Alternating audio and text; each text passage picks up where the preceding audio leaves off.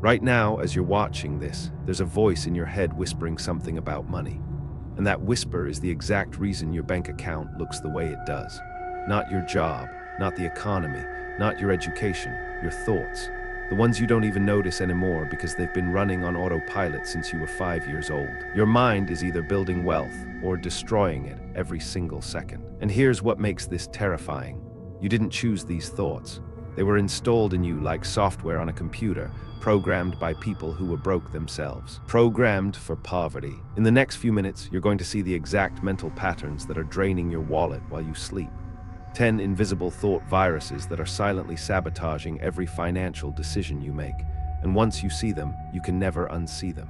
The question is, are you brave enough to look? Because what I'm about to expose might make you uncomfortable.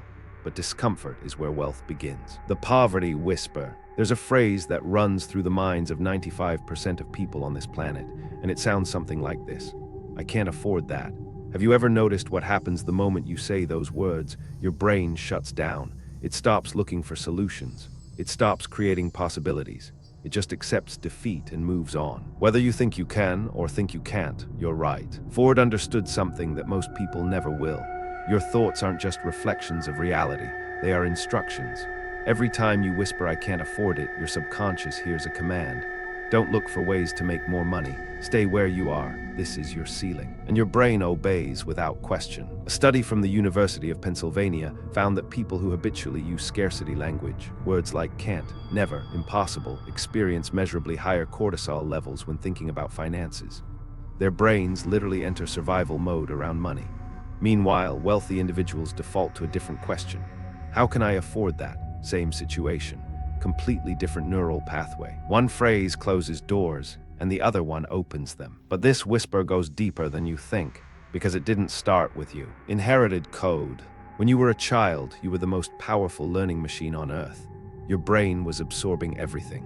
Every conversation at the dinner table, every argument about bills, every time your parents said money doesn't grow on trees, or we can't afford that, or rich people are greedy. Money doesn't grow on trees. Those weren't just casual phrases, they were code.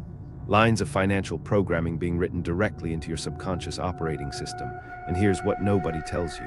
By the age of 7, your core beliefs about money were already locked in.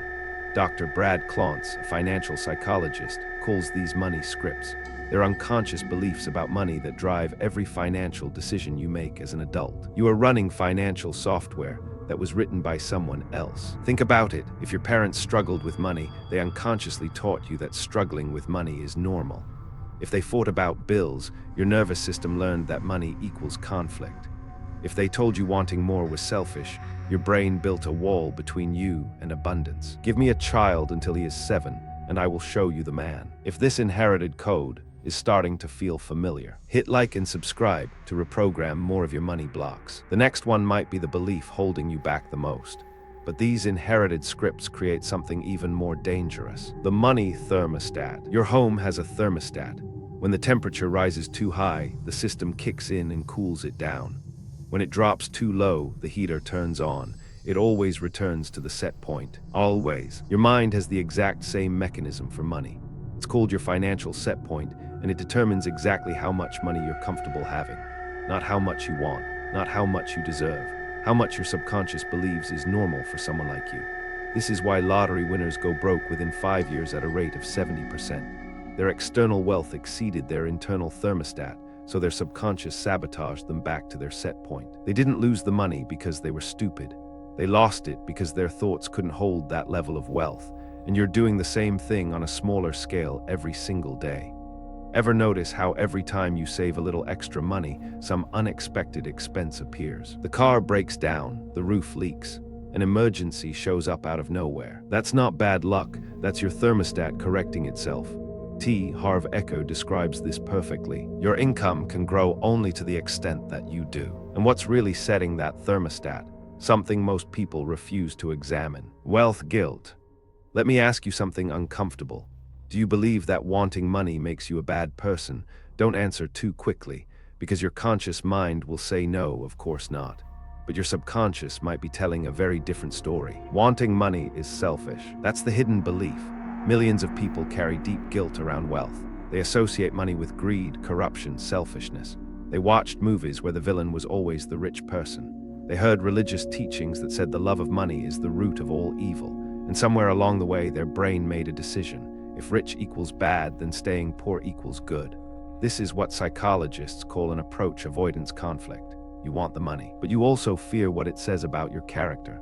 So you sabotage yourself to stay morally safe. You will never attract what you secretly believe is wrong to have. Research from Harvard Business Review showed that people with high wealth guilt earn on average 30% less than their equally qualified peers. Not because they lack skill, because their thoughts create an invisible ceiling. They reject opportunities, they underprice their work, they give away money they need, all to avoid the discomfort of having more than others. But guilt isn't the only saboteur hiding in your mind. Scarcity addiction. Here's something that will disturb you. Your brain is addicted to scarcity, not because scarcity feels good, but because it's familiar. And the brain craves familiarity more than it craves success. Addicted. Neuroscience has shown that the brain's default mode network, the part that runs when you're not actively thinking, defaults to your most repeated thought patterns. If you've spent years worrying about money, stressing about bills, calculating if you have enough, those neural pathways are superhighways now. Thinking about scarcity is effortless for your brain. It's comfortable. Neurons that fire together wire together. Abundance thinking, on the other hand, feels foreign, awkward, almost dangerous. When you try to think wealthy thoughts, your brain literally resists because it hasn't built those pathways yet. This is why affirmations alone don't work for most people. You can say I am wealthy 1,000 times, but if your neural architecture is built for scarcity, the signal gets rejected like a transplanted organ. Scarcity is your default. The solution isn't just thinking differently. It's rewiring the actual hardware of your brain. And that requires understanding something most self-help gurus completely ignore. It requires understanding the role of your identity. Identity prison. You don't get what you want in life. You get what you believe you are. Read that again. You don't get what you want, you get what you believe you are. If your identity is I'm not good with money, then no amount of strategy, budgeting, or hustle will make you wealthy. Because your brain will always find a way to prove your identity right. This is called identity-consistent behavior, and it's one of the most powerful forces in human psychology. Your self-concept is the cage you built and forgot you're living in. Think about someone who identifies as a smoker trying to quit. They white-knuckle it for weeks, resisting cravings, fighting their own brain.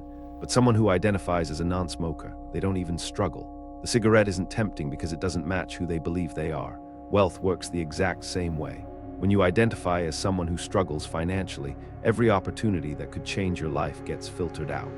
Your reticular activating system, the part of your brain that decides what you notice, literally hides wealth opportunities from your conscious awareness. The money is all around you, but your identity makes you blind to it. You've probably walked past 100 opportunities this year alone. Your brain just didn't let you see them. And this identity creates a specific pattern of thinking that keeps the cycle spinning. The comparison trap. Every time you scroll through social media and see someone living a life you want, something happens in your brain that you don't notice. Your subconscious doesn't get inspired. It gets threatened. They have what you don't. And in that split second of comparison, your mind does something devastating. It creates a story. They're lucky. They had connections. They were born into it. Must be nice. Those stories aren't observations. They're defense mechanisms. Your ego is protecting itself from the pain of inadequacy by explaining away someone else's success. Comparison is the thief of joy. But Roosevelt only told half the truth. Comparison doesn't just steal joy, it steals your ability to create wealth.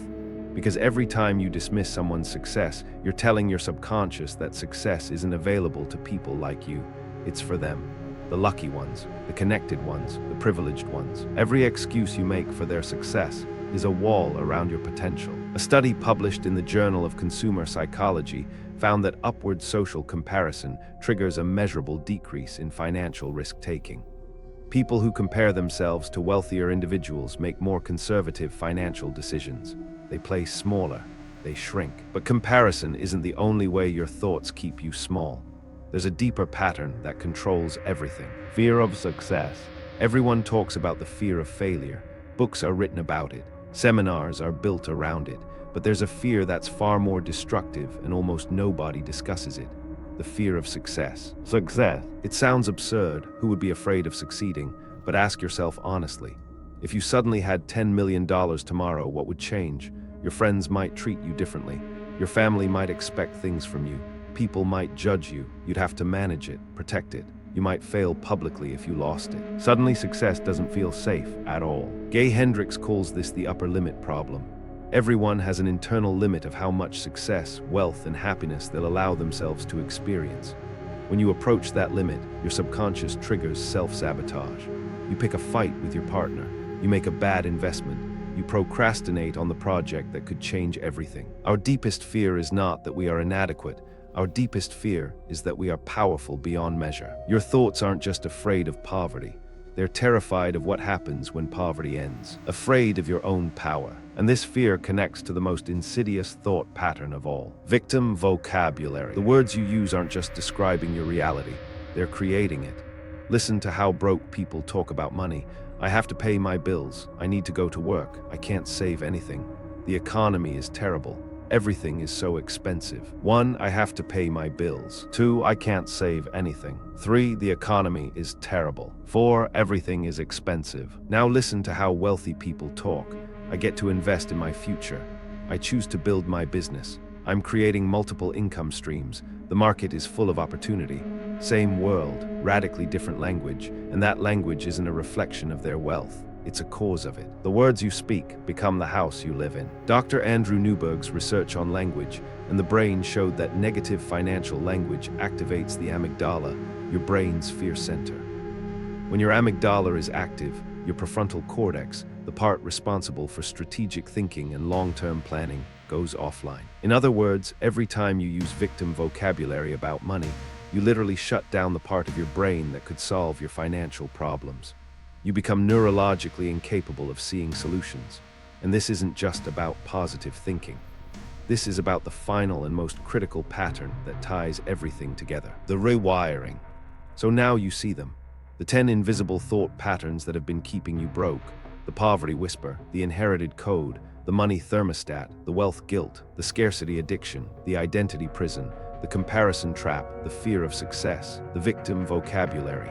They've been running your financial life from the shadows. Invisible mental prison exposed. But here's the part that changes everything: neuroplasticity. Your brain can be rewired at any age. Those poverty pathways aren't permanent, they're just well-traveled, and you can build new ones. The process starts with awareness, which you now have. Then comes interruption. Every time you catch yourself thinking, I can't afford that, you interrupt it with, how can I afford that? Every time comparison creeps in, you replace the story with, if they can do it, so can I. Awareness is the first act of transformation. Dr. Joe Dispenza's research has shown that consistent mental rehearsal, thinking new thoughts with emotional intensity, can create new neural pathways in as little as 4 weeks. The best way to predict the future is to create it. You don't need to change your circumstances first. You need to change your thoughts first, because your circumstances are just a printout of your mental programming.